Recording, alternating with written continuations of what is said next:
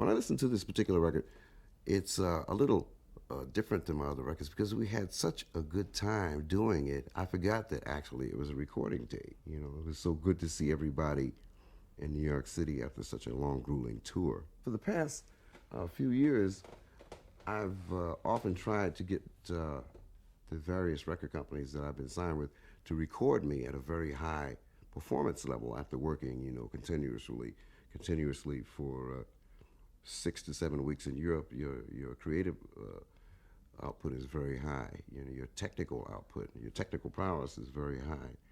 So, it's been a challenge of mine to get the band at such a high level on record. We had just finished a very tedious 6-week European tour. We had only 1.5 days to prepare for this date, and I tried to pick material that would, not be too difficult to get into, and at the same time have a certain intellectual capacity. One of the things about this date is that we didn't expect so many people. I saw Art Blakey and the Jazz Messengers. They came by after, and many other musicians.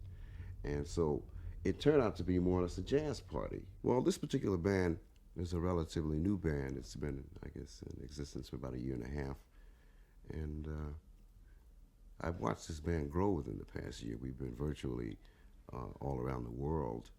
And Mulgrew Miller, my new pianist, has grown to being a very brilliant pianist. Steve Turre, I think, it will be one of the future innovators on the trombone.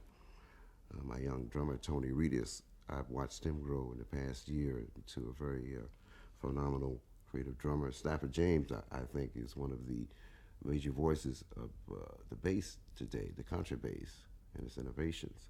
I resided in San Francisco from 1972 to latter part of 1974, solely to play with Bobby Hutcherson. We were contemporaries in the Eric Dolphy Quintet in 1963. Bobby is one of my very dear friends and also one of my very big influences. We discovered on our recent tour of Japan in November of 1981 that we had a very unique sound with the trumpet, vibraharp, and trombone. I think people become more aware of the art form of jazz, the art of improvising. I feel very optimistic about the future of jazz.